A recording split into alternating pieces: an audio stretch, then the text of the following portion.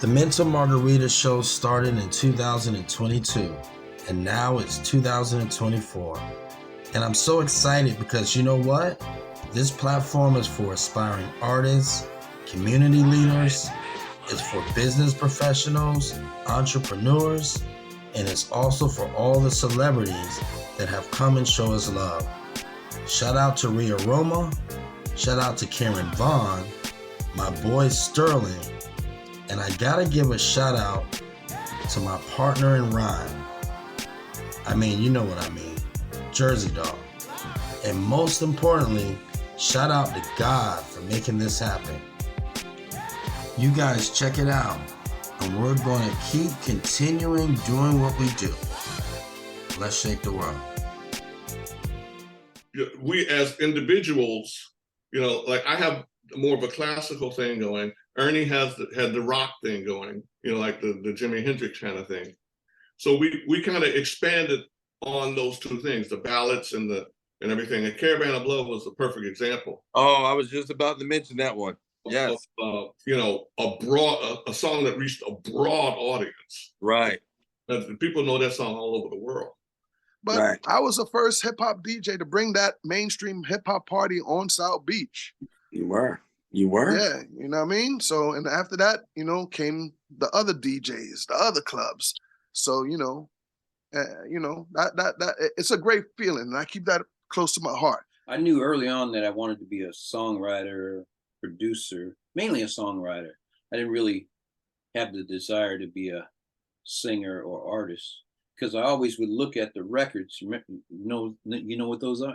Oh yeah. Oh, believe me, I know what they are. Yeah, yeah. So I would look at it and I'd see, of course, you had the main artist's name right there, but then there would be some names in parentheses, and that would be the songwriter. And I remember asking my dad, "Who are those people mentioned in the parentheses?" He said, "That's the songwriter, and they make the money." From Too Fast, Too Furious soundtrack, Lloyd Banks, Pitbull, DJ Khaled, Trick Daddy, Trina, Daddy Yankee, the list goes on and on. Yeah, man. And wow, what was the pivotal point that you guys start saying, oh, you know what? I'm feeling some momentum right now. You know what? I think probably the most momentum I remember feeling was with Pitt, just because Pitt, yeah, that was something that when we decided to like running this project, it was it was a 2-year process. So every month, every 2-3 months, you could start feeling that. The most momentum I ever felt was when Kulo finally broke.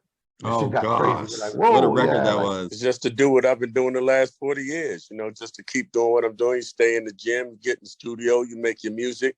You know what I mean? You get on stage, you try to rock the crowd, and the main thing is you just keep trying to have fun with it. I mean, once you lose that, then I done lost focus in my calling, because it's like you said, is a calling. Oh. Next thing you know, our little record on this little Rhino record label, it's leaping up the charts, man, over Madonna, Bon Jovi, all these people. Wow.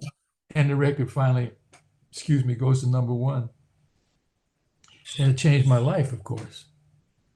It is not intended for the listener to assume the character role and become some sort of op. You understand? That's not what this is. The hip hop was made and put here for us to manifest wealth, power, and enable us to grow as a community. We played the rock clubs in Los Angeles, like the Whiskey A Go-Go and what's called the Coconut Teaser and the Roxy and old places.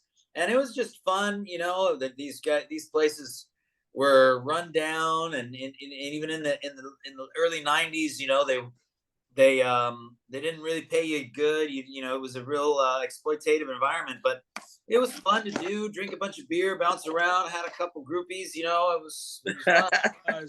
But rock this funky joint. Even though we liked it, we thought it was dope, but the people chose it, and from that day on, I always let the people choose what is what. I have fun, record music, make beats, but the people will choose what they want and what they like. You just got to make sure that what you're doing is representative of your true self.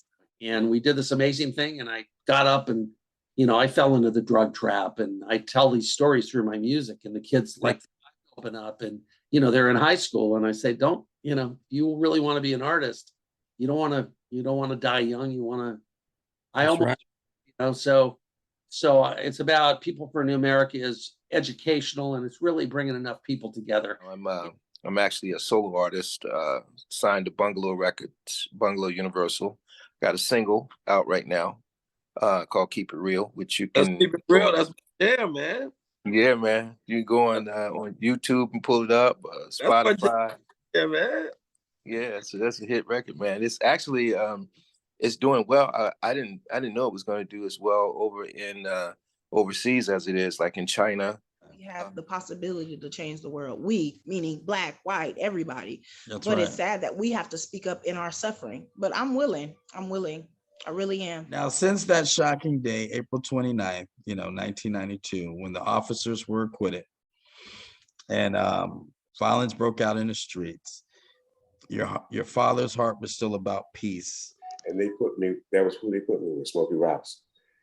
And as a matter of fact, his first movie that he did a movie called Big Time that starred Jane Kennedy, Leon Isaac, and I did the soundtrack for him for that. The movie did.